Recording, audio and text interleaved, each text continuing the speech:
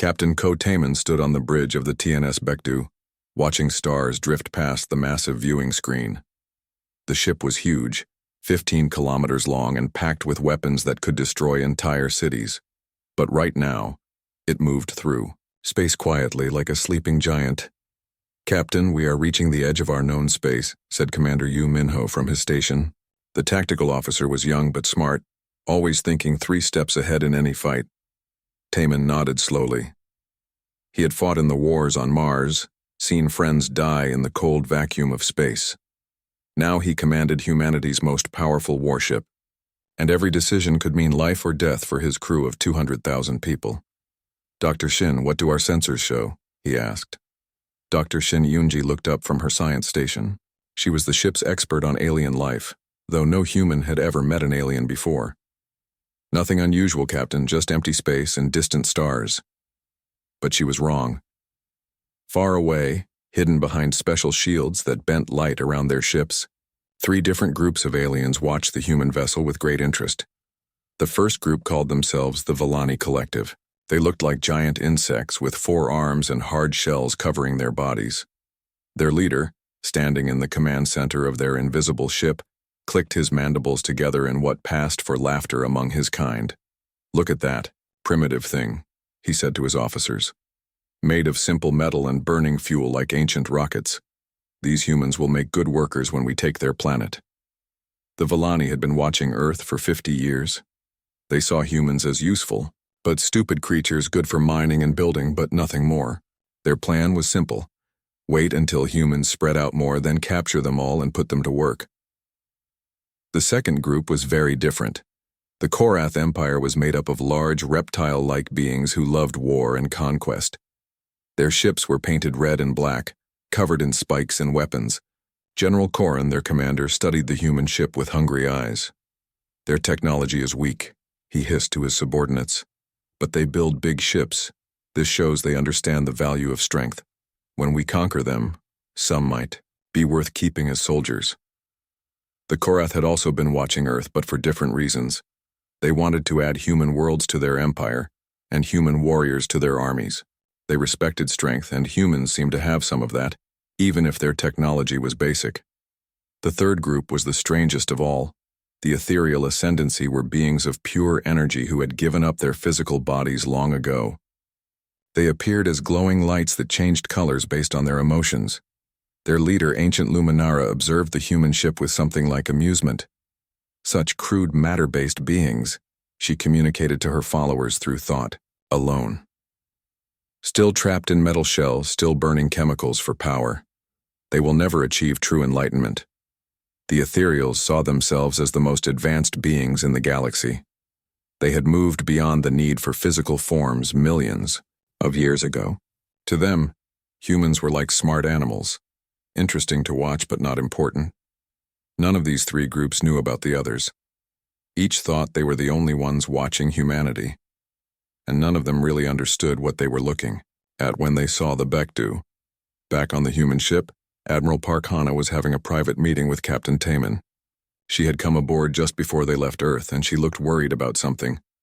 "Taman, there are things about this mission I couldn't tell you before," she said quietly. "We didn't build the Baekdu just to explore.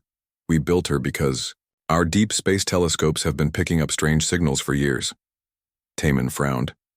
"What kind of signals?" "The kind that suggest we're not alone in the universe. The kind that suggests someone out there has been watching us." Park Hana activated a small screen that showed patterns of energy. "These readings come from the edge of our solar system. Something is out there, Taman. And if it's hostile, we need to be ready." The captain looked at the data and felt a cold feeling in his stomach. "Do you think they already know about us?" "I think they've been studying us for a long time. The question is what they plan to do about it." Meanwhile, Pilot Officer Lee Ji-woo was running training exercises with her fighter squadron. The Baekdu carried 3,000 smaller ships, each one fast and deadly. Ji-woo was one of the best pilots in the human fleet, and she pushed her people hard. "Remember," she told her pilots over the radio, "speed and surprise are our weapons. The enemy won't expect us to move this fast or hit this hard." She didn't know how right she was. The aliens watching had never seen fighters like the human ones. Most alien races used big, slow ships that fought from far away. The idea of small, fast ships that could dart in close and attack weak points was completely foreign to them. Chief Engineer Choi Dong-hyun was deep in the ship's engine rooms, making sure everything ran smoothly. The Baekdu used fusion reactors that created as much power as a small sun. The aliens watching thought this was primitive, but they didn't understand how much raw power the human ship really had. All systems running at full efficiency, Captain, he reported over the communication system. We could fight for days without stopping. As the Baekdu continued toward the Kepler 442 system, strange things began to happen. Ancient monitoring stations, built by the aliens long ago and forgotten, started to wake up. They sent signals across space telling anyone who was listening that something new had entered this part of the galaxy. Dr. Kim Yona, the ship's physicist, noticed the signals first. Captain, I'm reading energy patterns that don't match anything natural. It's like something is watching us and reporting to someone else. Lieutenant Commander Nam Sora, working at the communication station, picked up fragments of alien transmissions. She couldn't understand them, but she could tell they were about the human ship. Sir, we're definitely not alone out here, she reported. Someone is talking about us and there's more than one voice. The three alien fleets began to move toward the Kepler 442 system, each group thinking they would be the first to make contact with humanity. The Volani sent 3 ships, confident that would be more than enough to capture one primitive human vessel. The Korath sent 5 ships, because they believed in overwhelming force. The Ethereals sent just 1 ship, because they thought physical matter was beneath them anyway. As the Baekdu approached the system where all these forces would meet, Captain Taman made a decision that would change everything. All hands, this is the captain, he announced over the ship's speakers. We are about to enter unknown territory. There may be other forms of life out here, and we don't know if they're friendly. From this moment forward, we are at yellow alert. Stay sharp, stay ready, and remember, we represent all of humanity out here. The crew responded with quiet efficiency, weapons powered up to standby mode, fighters prepared for possible launch, Marines checked their equipment. The Baekdu was ready for whatever they might find. None of them knew that within hours they would be face to face with 3 different alien civilizations. None of them knew that the aliens expected to find a weak, primitive ship that would surrender without a fight. And none of the aliens knew that they were about to meet humanity's most powerful warship, crewed by people who had never learned how to give up. The stage was set for a meeting that would shake the entire galaxy. In the dark between the stars, the Baekdu flew toward its destiny, while 3 alien fleets closed in from different directions. Soon, everyone would learn that first. Impressions could be very, very wrong. The Kepler 442 system was supposed to be empty, just a star and some dead rocks floating in space. But when the TNS Baekdu arrived, Captain Ko Taman knew immediately that something was very wrong. Captain, I'm reading massive energy signatures, called out Commander Yu Minho from his tactical station. Multiple contacts all around us. Before Taman could respond, space itself seemed to shimmer and bend. One by one, alien ships appeared out of nowhere, their cloaking devices shutting down. The bridge crew stared in amazement as vessels unlike anything they had ever imagined materialized around them. The Volani ships looked like giant metal flowers, with curved petals that could open and close. Green lights pulsed along their surfaces, in hypnotic patterns. There were 3 of them, each about 2 kilometers long. The Korath vessels were brutal-looking things, covered in spikes and weapon ports. Their red and black hulls looked like they were made for war and nothing else. 5 of them hung in space like predators waiting to strike. The ethereal ship was the strangest of all. It seemed to be made of light itself, changing colors and shapes as they watched. Sometimes it looked solid, sometimes it appeared to be just energy held together by will alone. Dr. Shin Yoonji was the first to speak. Captain, we're looking at 3 completely different types of technology. This isn't one species. It's 3 different groups. All of them watching us, added Lieutenant Commander Nam Sora. I'm picking up communications between their ships. They seem as surprised to see each other as we are to see them. On the Volani flagship, The insect-like commander was not pleased. He had expected to find a small human exploration ship, maybe a few hundred meters long. Instead, he was looking at a massive warship that dwarfed his own vessels. How can this be? He clicked to his officers. Our observers said the humans were primitive. This ship is larger than anything in our fleet. But the Villani commander was not easily discouraged. Size didn't always mean power, and the humans were still just mammals who had barely learned to leave their own planet. He opened a communication channel to the Bekdu. Human vessel, I am Commander Vextai of the Villani Collective. We welcome you to galactic civilization. Prepare to be boarded so we can evaluate your species. General Korin of the Korath was having similar thoughts, but his were more violent. The human ship was big, yes, but it looked like a simple metal box. Surely his warships, designed by a race that had conquered dozens of worlds, could handle one primitive vessel. Human warriors, he growled into his communicator. I am General Korin of the Korath Empire. Your ship shows promise. Surrender, now and serve in our armies or be destroyed. Ancient Luminara of the Ethereals was the most dismissive of all. Physical matter was an illusion, she believed. No ship made of crude metal could threaten beings of pure energy. Primitive creatures, her thoughts reached out to the Bekdu. You amuse us with your metal toys. Submit to our wisdom, and we may teach you the first steps toward true enlightenment.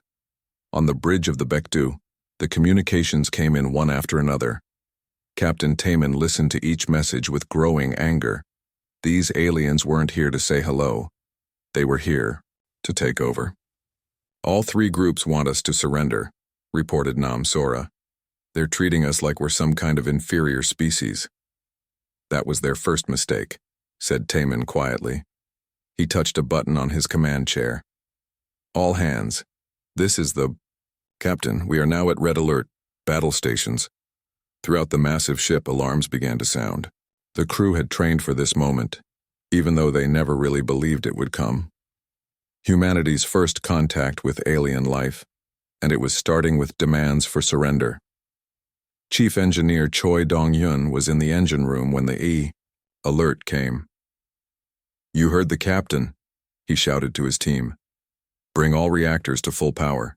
If these aliens want to fight, let's show them what human engineering can do. The fusion reactors deep in the Bekdu's hull began to burn brighter. Energy flowed through the ship's systems like blood through veins. Weapon batteries came online, their targeting computers locking onto alien ships. Commander Yu Minho was studying his tactical displays with the focus of a hunting wolf. Captain, I'm analyzing their formations. The insect ships are trying to surround us, but they're moving slowly. The reptile ships are positioning for a direct assault. The energy being's ship. I can't get a clear reading on it. What about their weapons? Asked Taman. The Korath ships have energy beam weapons, probably plasma-based. The Villani ships have some kind of particle projectors. The ethereal ship is harder to read, but I'm detecting psionic energy patterns. Dr. Kim Yeona was working frantically at her physics station. Captain, I'm analyzing their energy signatures. Their weapons are powerful, but they're all based on energy projection. I don't think they use kinetic weapons at all. Meaning they probably don't have shields designed to stop solid projectiles moving at high speed. Our railguns might be more effective than they expect. Specialist Ominji, the ship's electronic warfare expert, was busy with her own discoveries. Captain, I'm detecting their communication networks. Their encryption is different from ours, but not better. Give me a few minutes and I can probably break into their systems. Do it, ordered Taman. I want to know what they're really thinking. Marine Colonel Bae Kyung-ho was preparing his 50,000 troops for possible boarding. Action. The aliens might think humans were primitive, but they had never faced human marines in close combat. Listen up, he told his officers over the communication system. If these aliens want to board our ship, they're going to learn why humans conquered their own planet before reaching for the stars. Check your weapons, check your armor, and remember, we don't surrender. The three alien fleets were growing impatient. They had expected the human ship to surrender immediately when faced with overwhelming odds. Instead, the Bekdu was powering up weapons and preparing for battle. Commander Vexitai clicked his mandibles nervously. The human ship is larger than our intelligence indicated. Perhaps we should call for reinforcements. Nonsense, hissed General Corrin. One primitive ship against 8 advanced vessels? The odds are still in our favor. Ancient Luminara was beginning to have doubts as well. The energy readings from the human ship were much higher than expected. How could a species that had barely left its home system generate so much power? Specialist O Minji suddenly looked up from her station with excitement. Captain, I'm into their networks. You need to hear this. She played back intercepted communications between the alien ships. The bridge crew listened in amazement as they heard the aliens discussing plans to enslave humanity, divide up Earth's resources, and use humans as workers and soldiers. They've been watching us for decades, reported Ominji. All 3 groups have been studying Earth, waiting for the right time to make contact. They never intended this to be a peaceful meeting. Taman felt cold anger settle in his chest. These aliens had been spying on his homeworld, making plans to conquer his people, and now they had the nerve to demand surrender. Commander Yu, what's our tactical situation? Combined alien firepower is roughly equivalent to our own, Minho reported. But that's assuming their weapons work as well as they think they do. If Dr. Kim is right about their reliance on energy weapons, we might have an advantage.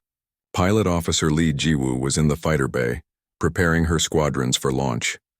3,000 small, fast ships were ready to swarm out of the Baekdu's launch bays. The aliens had never seen fighters like these, ships designed to get in, close and attack weak points. All pilots, this is Wing Commander Lee, she said over the squadron channel. We're about to make history. First combat between humans and aliens. Let's make sure they remember this day. The alien fleets were moving into attack positions now. Commander Vextai had decided that the humans needed to be taught their place. General Corrin was eager for battle. Ancient Luminara was preparing to demonstrate the power of evolved beings over primitive matter. None of them realized that they had just made the biggest mistake in galactic history.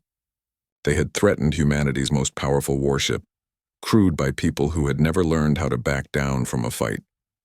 Captain Taman stood on his bridge, looking out at the alien ships that surrounded his vessel. His crew was ready. His ship was ready, and he was about to show 3 different alien species why humans had spent centuries perfecting the art of war. Open a channel to all alien vessels, he ordered.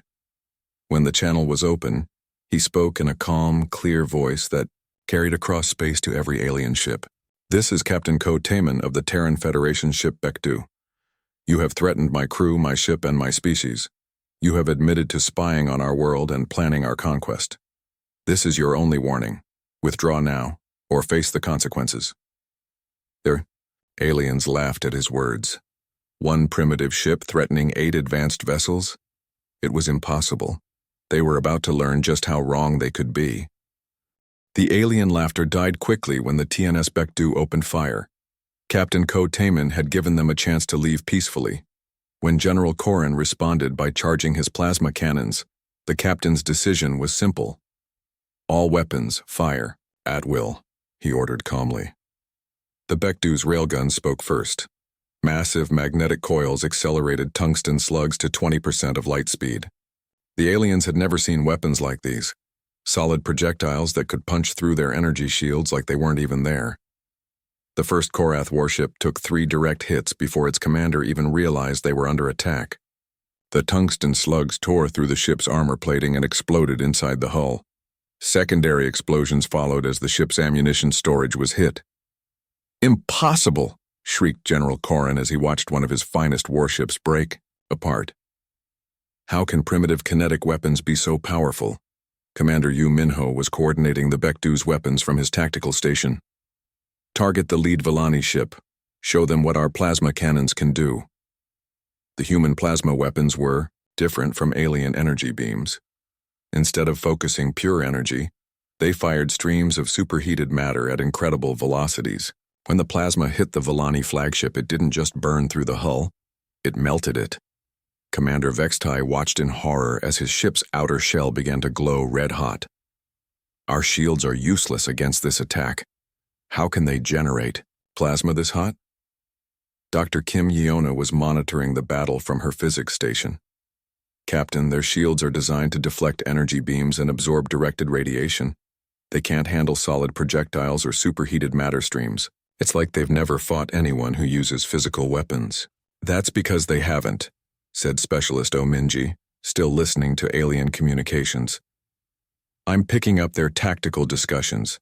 They're completely confused. They keep saying our weapons are impossible and primitive at the same time. Ancient Luminara of the Ethereals tried to use her people's greatest weapon, psychic attack. She reached out with her mind, attempting to overwhelm the human crew with fear and confusion. But something strange happened. The psychic energy seemed to slide off the human minds like water off glass. Dr. Shin Yunji felt a brief moment of dizziness, then shook her head and continued working. Interesting, she muttered. I think someone just tried to attack my mind. It didn't work very well. All across the Baekdu, the crew felt brief moments of confusion, then continued with their duties. The ethereal psychic attack, which had conquered dozens of species, simply failed against human minds. How can this be? Luminara communicated, frantically to her subordinates. Physical beings should be helpless against our mental powers, maybe because we're too stubborn to know when we're beaten, laughed Chief Engineer Choi Dong-hyun from the engine room. He was pushing the fusion reactors beyond their normal limits, feeding power to weapons and shields like they were drinking from an endless well. Pilot Officer Lee Jiwoo launched her fighter squadrons at that moment. 3,000 small ships poured out of the Baekdu's launch bays like angry wasps. The alien ships had never seen anything like them. All fighters, engage at will, she commanded. Show them how humans fight. The fighters moved faster than alien sensors could track. They darted between the larger ships, firing missiles and laser cannons at close range. The alien vessels designed for long-range combat between capital ships had no defense against swarm attacks. A group of Vellani ships tried to target the fighters with their particle beams, but the human ships were already gone by the time the weapons fired. Instead, the beams hit a Korath vessel, starting a brief firefight between the two alien species. They're shooting at each other now, reported Commander Yu Minho with amazement. Their coordination is falling apart. That's when space shimmered again and 4 more massive ships appeared. Admiral Ryu Jisu had arrived with the rest of the Titan-class fleet. The aliens stared in shock as they found themselves facing not 1, but 5 enormous human warships. Each one was as large as the Baekdu, and all of them had weapons trained on the alien fleet. This is Admiral Ryu Jisu of the Terran Federation Navy, came the transmission. Captain Taemin, sorry we're late. We came as soon as we received your alert. Better late than never, Admiral, replied Taemin. We were just showing our guests some human hospitality. The sight of 5 Titan-class warships was too much for the Vellani. Commander Vextai, his ship badly damaged and his confidence shattered, sent a desperate message. Retreat. All Vellani ships retreat. The humans are not what we expected, but the Korath were made of sterner stuff. General Koran, even with half his fleet destroyed or damaged, was not ready to give up. Cowards! He snarled at the fleeing Vellani ships. Korath warriors do not run from battle. He ordered his remaining ships to attack in a final desperate charge. It was a mistake. Captain Huang Sunwoo of the Titan-class ship Jirisan had been waiting for this moment. All ships concentrate fire on the Korath vessels. Let's end this. The combined firepower of 5 human dreadnoughts was beyond anything the galaxy had ever seen. The Korath ships, designed to fight enemies with similar technology, simply ceased to exist under the barrage of railgun slugs, plasma streams, and missile salvos. General Koran's flagship lasted longer than the others, its heavy armor absorbing incredible punishment. But even Korath engineering couldn't stand up to human firepower. The ship broke apart slowly, giving its crew time to realize they had made a terrible mistake. Impossible, whispered General Koran as his ship died around him.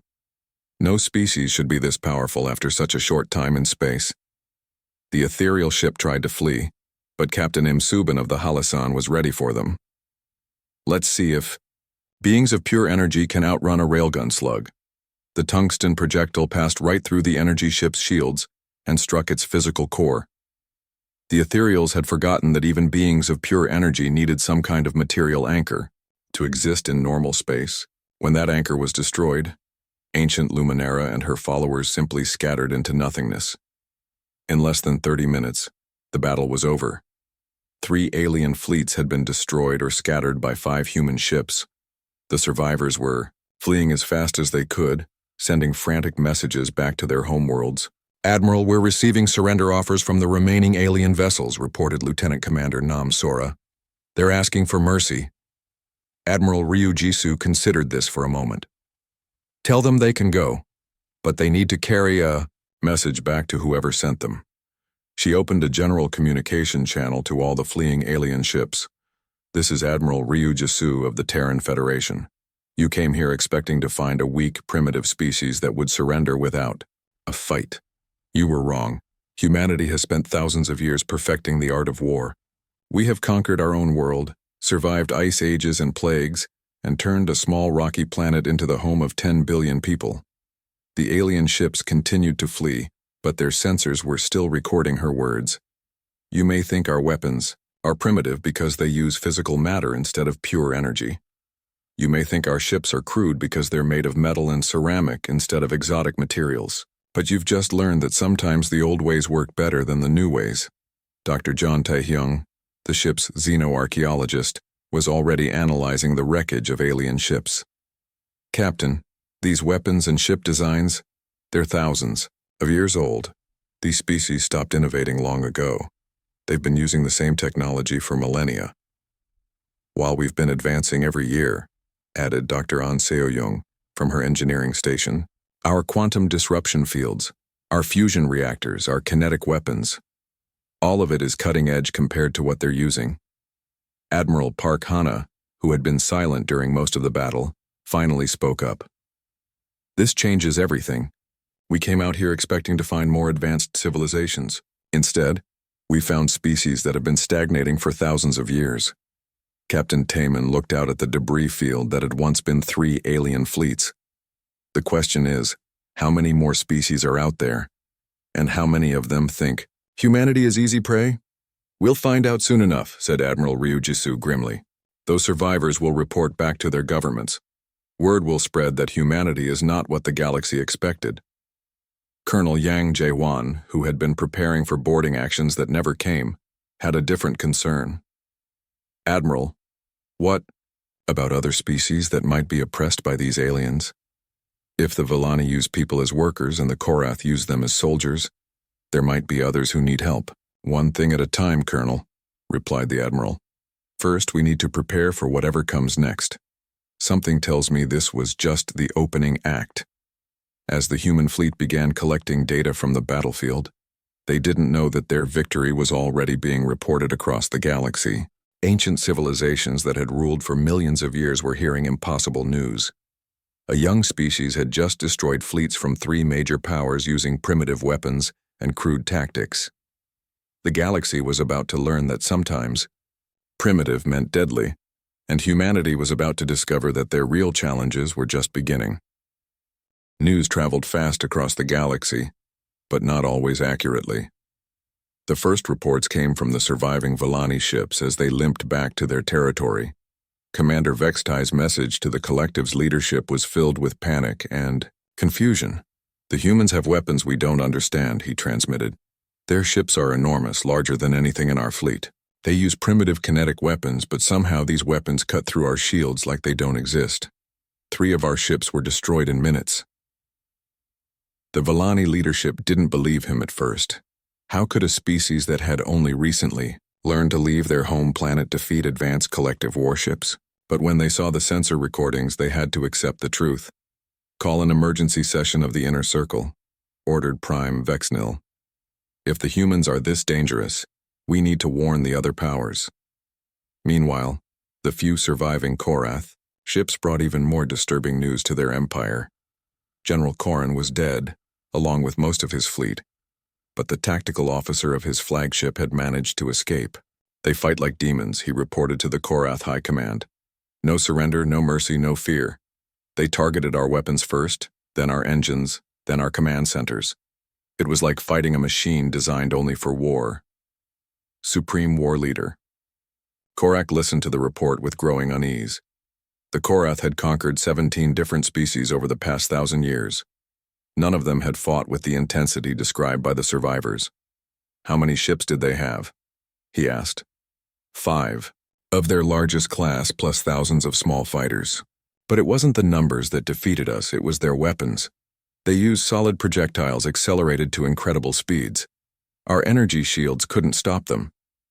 The ethereal ascendancy received the most disturbing report of all.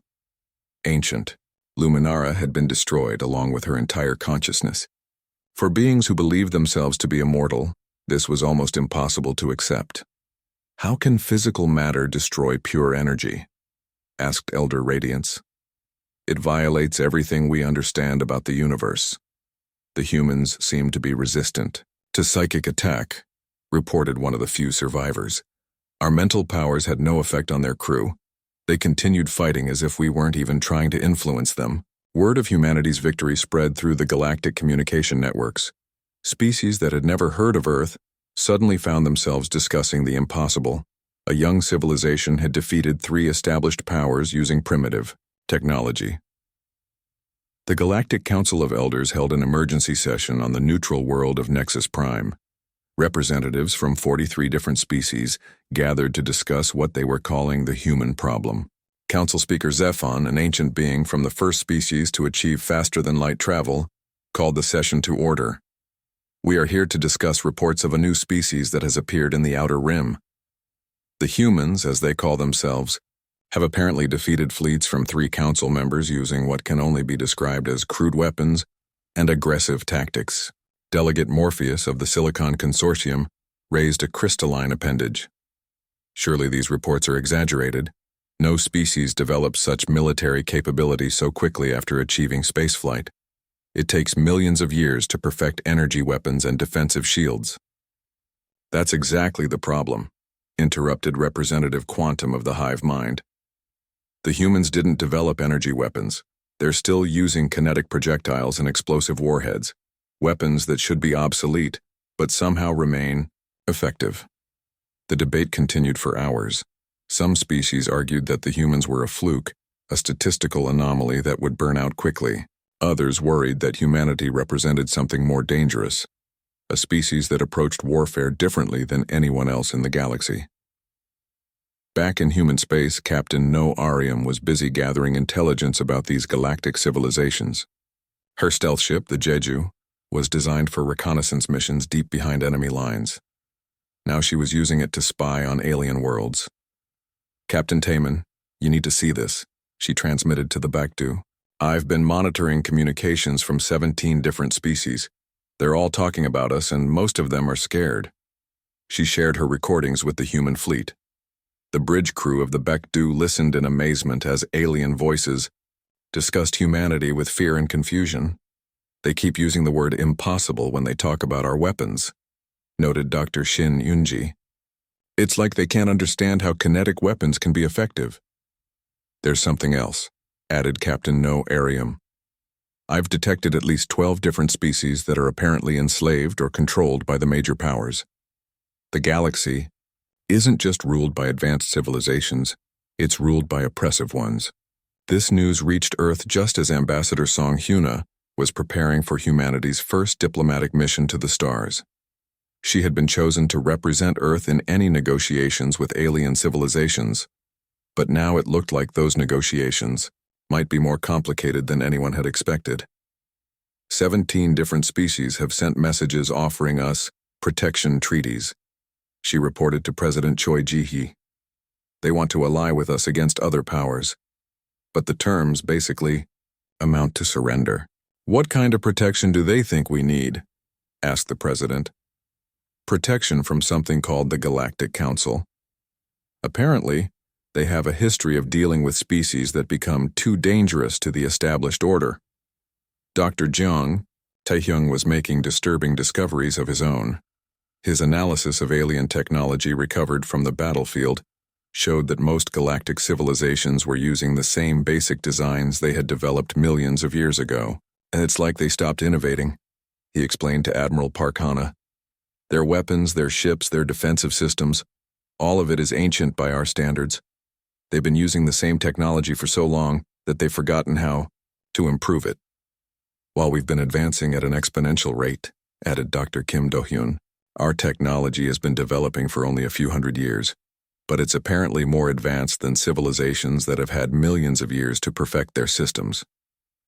General Lim Seung-jae, head of Terran Defense Command, was coordinating humanity's response to the galactic situation. His deep space monitoring stations were picking up massive fleet movements throughout known space. They're mobilizing, he reported to the president. At least 6 major powers are moving ships toward the outer rim. It looks like they're planning some kind of joint operation. Against us? Asked President Choi Ji-hye. Who else? We just announced our presence to the galaxy by defeating 3 of their member species. From their perspective, we're a new threat that needs to be contained. The situation became more complex when smaller species began reaching out to humanity directly. Captain, Ariam intercepted messages from civilizations that had been conquered or enslaved by the major powers. They're asking for help, she reported. Species that have been used as workers, soldiers, or experimental subjects for thousands of years. They see us as potential liberators. This created a moral dilemma for human leadership. Earth had just learned that the galaxy was full of oppressed peoples, but getting involved would mean going to war with civilizations that had been established for millions of years. We can't save everyone, argued Admiral Ryu Jisu.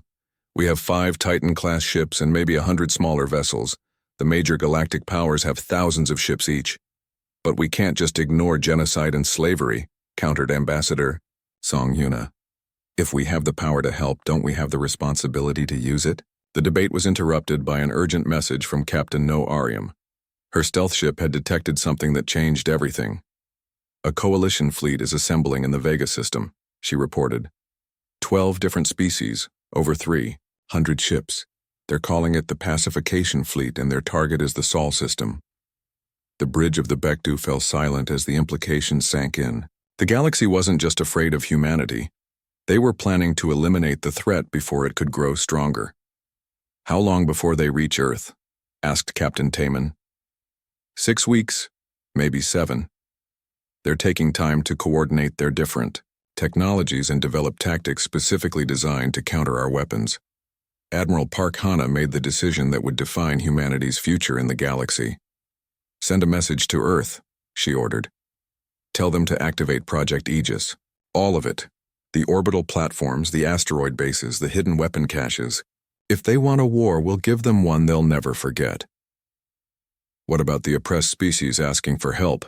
Asked Ambassador Song Hyuna. We help them by winning, replied the Admiral.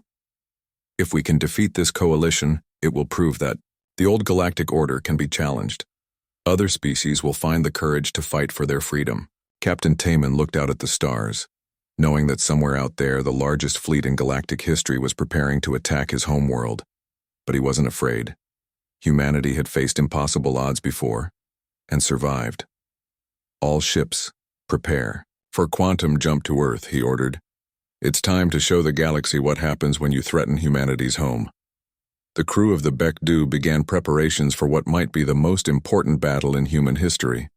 They were outnumbered 1,000 to 1, facing enemies with millions of years of experience.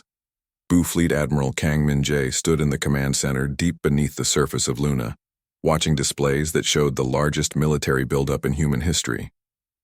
Project Aegis was fully active now, revealing defensive installations that had been hidden for decades. Status report, he ordered. All orbital platforms are online, reported Commander Park Jin-woo.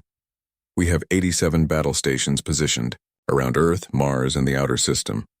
Each one is armed with railguns, plasma cannons, and nuclear missile batteries.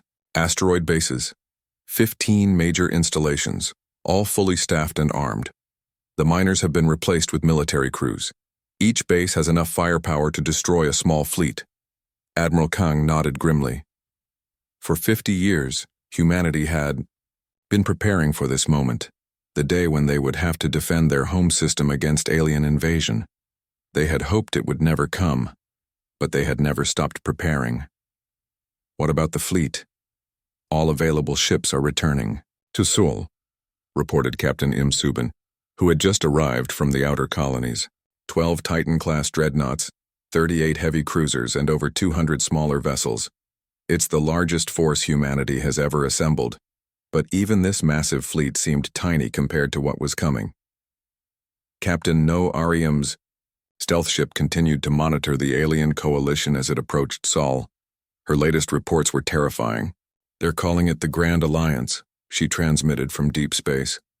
12 major species, 47 minor ones. Over 1,000 capital ships plus fighters and support vessels. The largest military force in galactic history. The alien fleet was led by Supreme Commander Nexus of the Crystalline Hegemony, an ancient being who had conquered entire star systems. His flagship was the size of a small moon, armed with weapons that could crack planets. The human infection must be stopped, he declared to his assembled commanders. They have shown that primitive species can defeat advanced ones using crude tactics and outdated weapons. If this idea spreads, the entire galactic order will collapse. The coalition had spent weeks studying the battle recordings from Kepler 442, trying to understand how humanity had achieved such a decisive victory. Their conclusions were troubling. The humans fight without honor, complained Warmaster Destruction of the Void Stalkers. They target command centers, weapon systems, and engines instead of engaging in proper ship-to-ship combat. They use weapons that cannot be stopped by energy shields, added Hive Queen Supremacy of the Insectoid Collective. Solid projectiles, accelerated to impossible velocities. It is barbaric. Barbaric, perhaps, said Supreme Commander Nexus, but effective. That is why they must be eliminated before other species learn their methods. Back in Sol System, humanity was preparing its own surprise. Dr. An Seo-young had spent years developing quantum disruption technology, weapons that could affect the fundamental forces holding matter together. The alien coalition had no idea such weapons even existed. The quantum disruptors are installed on all major platforms, she reported to Admiral Kang. When activated, they will disable alien ships without destroying them.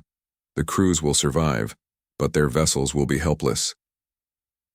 How many ships can we affect at once?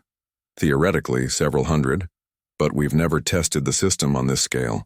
We're not sure if the quantum field will remain stable under combat conditions. Colonel Yang Jae-wan was coordinating the system's ground defenses, even though no one expected the aliens to land troops.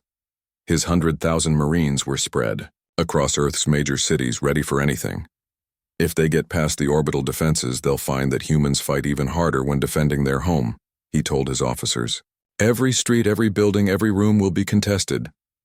The waiting was the hardest part. For 3 weeks, the human fleet held position at the edge of Sol System while the alien armada approached. Captain Taman used the time to drill his crew relentlessly. They outnumber us badly, he told his officers during a strategy meeting. But they've never fought an enemy like us before. They expect civilized warfare, long-range energy weapons, formal battle lines, surrender when defeat is certain. We're going to give them something completely different. Dr. Shin Yoonji had been studying the alien fleet composition, trying to find weaknesses. They have too many different species working together, she reported. Different communication, systems, different tactics, different technologies. Their strength is also their weakness. Explain, said Captain Taman. Coordination problems. When we hit them, some will want to retreat, others will want to fight, others will want to negotiate. They won't be able to agree on a response quickly enough. Commander Yu Minho was planning the opening moves of the battle. We let them enter the system unopposed. Let them think they're winning. Then we activate every hidden platform at once and hit them from all directions. What about civilian casualties? Asked Dr. Kim Yeona. There are 10 billion people on Earth. The civilian population has been evacuated to underground shelters, replied Admiral Kang. They can survive down there for months if necessary. Our job is to make sure they won't have to. The alien fleet finally arrived in Sol System on a Tuesday morning Earth time. Supreme Commander Nexus expected to find a desperate defense around Earth itself. Instead, he found empty space. "Where are they?" he demanded from his bridge crew. "Sensor scans show no ships in the inner system." "Perhaps they have surrendered without fighting," suggested Admiral Voidheart of the Shadow Fleet. "Some species realize when they are outmatched." "No," said Nexus grimly. "The humans don't surrender." "They're planning something." He was right. The human fleet was hidden behind Jupiter, using the giant planet's magnetic field to mask their energy signatures. Fleet Admiral Kang watched the alien armada spread out across the solar system, exactly as his planners had predicted. "They're taking the bait," he reported to his captains. "All ships prepare for Operation Thunderstrike." The aliens continued deeper into the system, confident in their overwhelming numbers. They had brought enough firepower to destroy 100 worlds, surely more than enough to deal with one primitive species. That's when humanity sprang its trap. "Activate all platforms," ordered Admiral Kang. Throughout the Sol system, hidden installations powered up simultaneously. Asteroid bases that looked like ordinary rocks revealed massive weapon batteries. Orbital platforms disguised as space stations opened fire with everything they had. The alien fleet found itself surrounded by enemies they hadn't known existed. "Impossible!" shrieked Hive Queen Supremacy as her flagship took direct hits from 3 different directions. "Where did these weapons come from?" The human platforms were using the same kinetic weapons that had proven so effective at Kepler 442, but on a much larger scale. Tungsten slugs the size of buildings smashed into alien hulls at relativistic speeds, creating explosions that could be seen from orbit, but the real surprise was yet to come. "Activate quantum disruptors," ordered Dr. An Seoyoung. The experimental weapons came online across the human defensive network. Invisible fields of quantum energy reached out to touch the alien ships, and suddenly entire sections of the enemy fleet found their vessels becoming inert. "My engines are dead," reported War Master Destruction. "All systems failing. The ship is losing structural integrity." "Same here," called Admiral Voidheart. "It's as if the fundamental forces holding our vessels together are being disrupted." "Supreme." Commander Nexus watched in horror as nearly half his fleet became helpless in a matter of minutes. Ships that had fought for thousands of years were drifting powerless, their crews alive but their vessels completely disabled. "All remaining ships, retreat to safe distance," he ordered. "Regroup and assess the situation." But Admiral Kang wasn't finished yet. "All ships commence attack," he ordered the human fleet. From behind Jupiter came 12 Titan-class dreadnoughts, supported by every available human warship. They fell on the confused and demoralized alien fleet like wolves attacking a flock of sheep. Captain Imsubin led the first wave, her ship Jirisan targeting the alien command vessels. "Remember, we're not just fighting for Earth," she told her crew. "We're fighting for every oppressed species in the galaxy." The battle that followed was unlike anything the galaxy had ever seen. The aliens expected formal combat between capital ships, but the humans swarmed them with fighters, hit them with weapons they couldn't defend against, and targeted their command structure with surgical precision.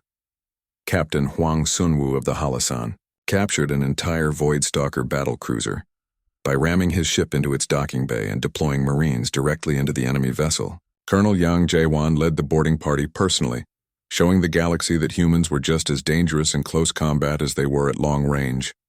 "Surrender or die," he told the alien crew as his Marines swept through their ship.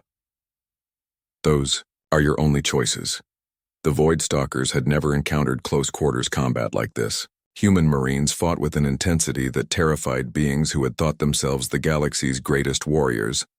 Dr. An Seoyoung's quantum disruptors continued to disable alien ships faster than Supreme Commander Nexus could count. Vessels that had never been defeated in 1,000 battles were becoming helpless. 1 year after the Battle of Sol, President Choi Ji-hye stood before the largest gathering in galactic history. Representatives from over 300 species had come to Earth to sign the Terran Accords, a document that would reshape civilization across the stars. "Today we end thousands of years of oppression," she announced to the assembled delegates. "Today we begin a new age where every species has the right to determine its own future." The Great Hall in Geneva had been expanded to accommodate beings of all shapes and sizes. Insectoids sat next to mammals.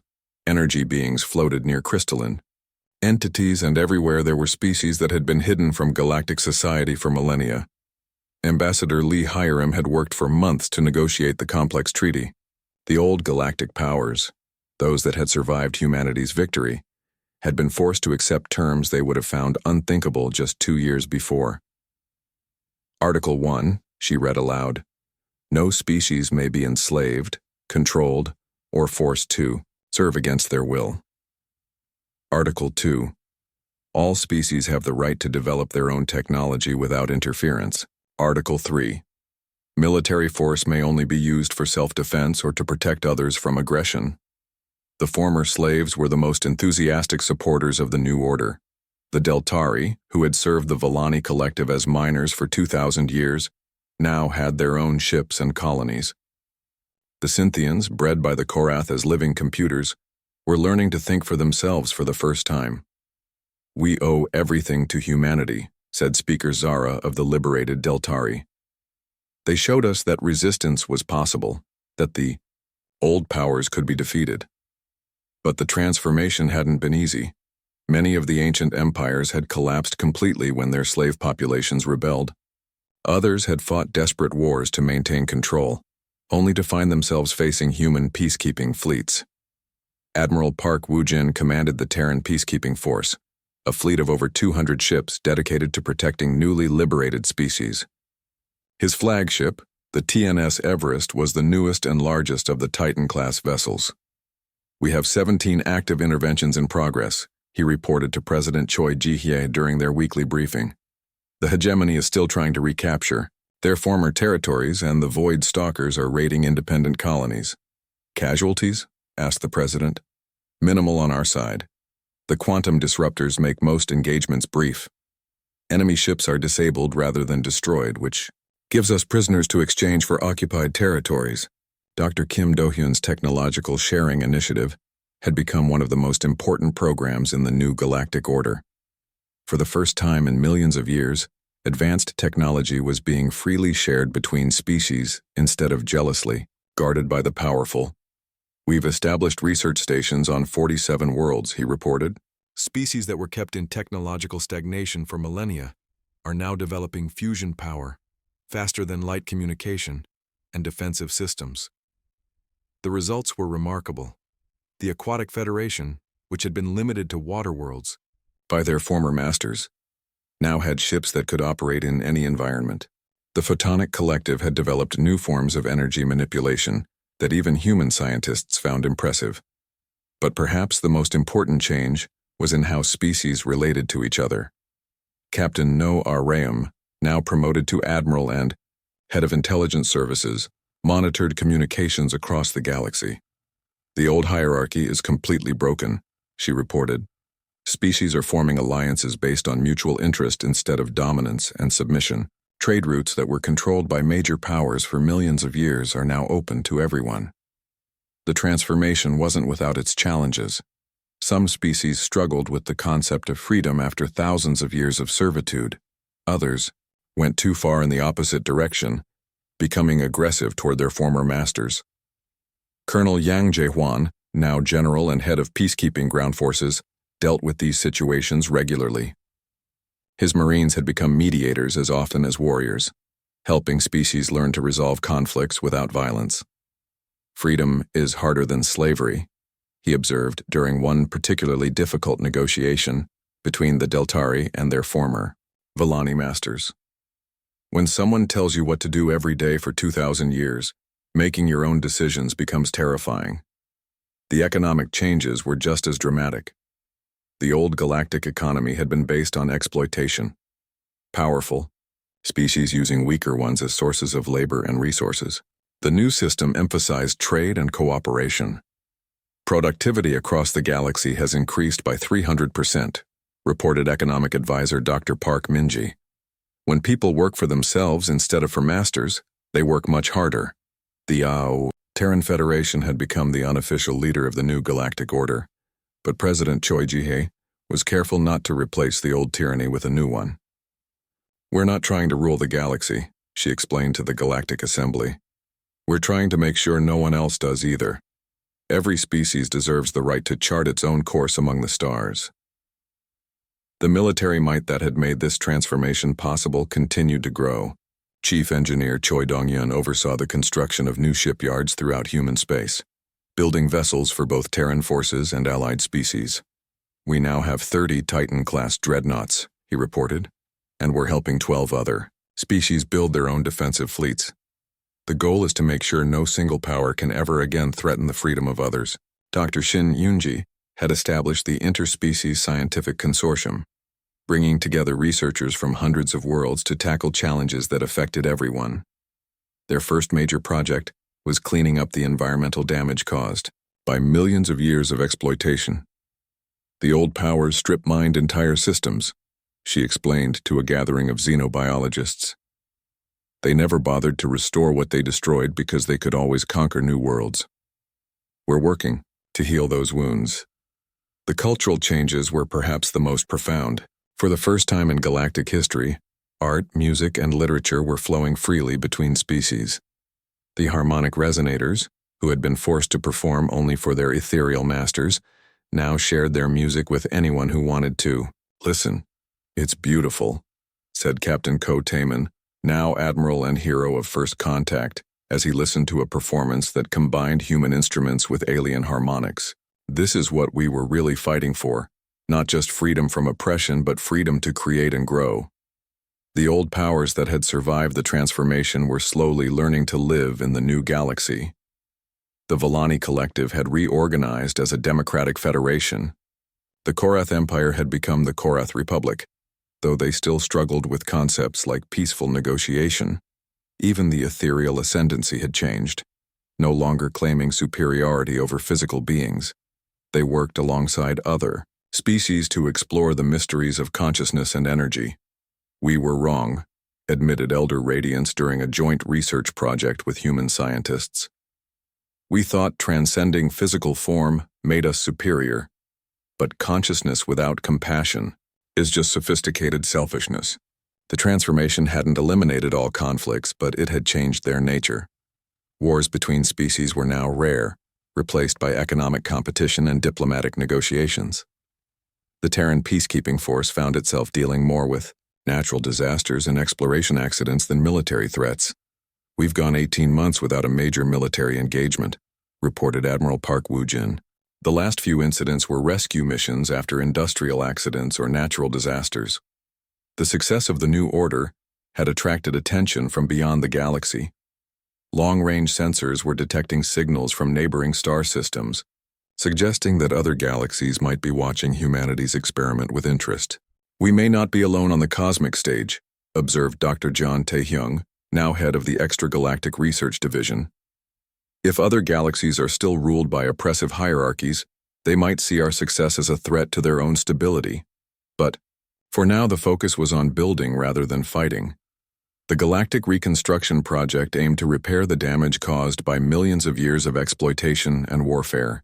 We're not just changing how species relate to each other, explained Project Director Dr. An Seo-young. We're changing the very concept of civilization itself. Instead of pyramid-shaped hierarchies with a few at the top and many at the bottom, we're building networks where everyone supports everyone else. The TNS Baekdu, the ship that had started it all, had become a symbol of hope throughout the galaxy. Captain Taemin kept her in service as a diplomatic vessel, visiting worlds that were still learning what freedom meant. When we first met the aliens, he reflected during a ceremony marking the second anniversary of First Contact, they expected us to surrender because we were primitive. They never understood that being primitive sometimes means being free to grow and change. The ceremony took place in orbit around Earth, with ships from dozens of species participating in a massive display of cooperation. Former enemies worked together, former slaves stood as equals with their liberators, and throughout it all the message was clear. The galaxy had changed forever. This is just the beginning, President Choi Ji-hee concluded her speech.